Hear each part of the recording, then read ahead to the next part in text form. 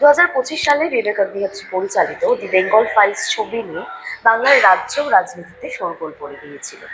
উঠেছিল একাধিক প্রশ্ন। 2026 সালে বিধানসভা ভোটের প্রাক্কালে এই ছবিকে বিজেপির প্রোপাগন্ডা ছবি হিসেবে এক অলিখিত নিষেধাজ্ঞা জারি করা হয়। গোপাল চন্দ্র মুখোপাধ্যায়ের পরিবার থেকে উঠেছিল একাধিক প্রশ্ন, আসে নিষেধাজ্ঞাও।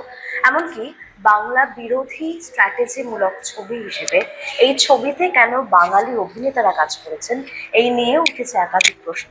প্রশ্নের সম্মুখীন হতে হয়েছে সৌরভ দাস, শাশ্বত চট্টোপাধ্যায়কে। অবশেষে 2026 সালে বিধানসভা ভোটে বাংলায় বিজেপি সরকার আসার পর মুক্তি পাচ্ছে এই ছবি।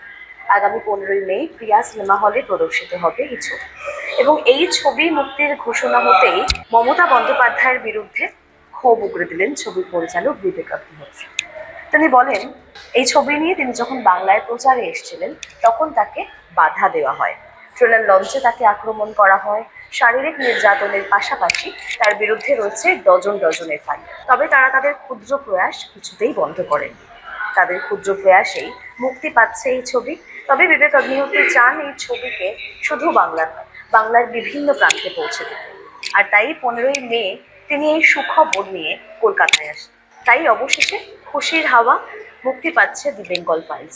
এই নিয়ে পোস্ট করতে দেখা যায় ছবির অন্যতম অভিনেতা, যিনি গোপাল চন্দ্র মুখোপাধ্যায়ের চরিত্রে অভিনয় করেছেন, সৌরভ দাস।